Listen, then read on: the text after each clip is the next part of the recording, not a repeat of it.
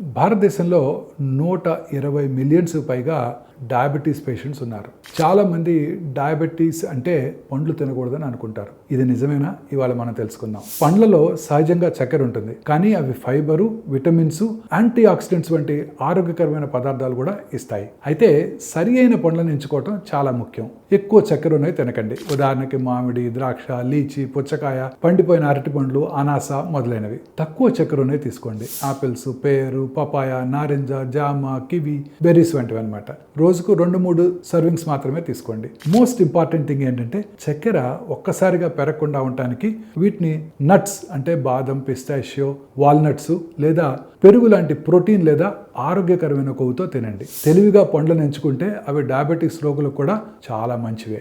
Artificial sweeteners కంటే ఈ fruits చాలా బెటర్. ఎందుకంటే ఆ స్వీట్నర్స్ ఎక్కువ కాలం తీసుకుంటే చాలా రకాల హాని చేస్తాయి.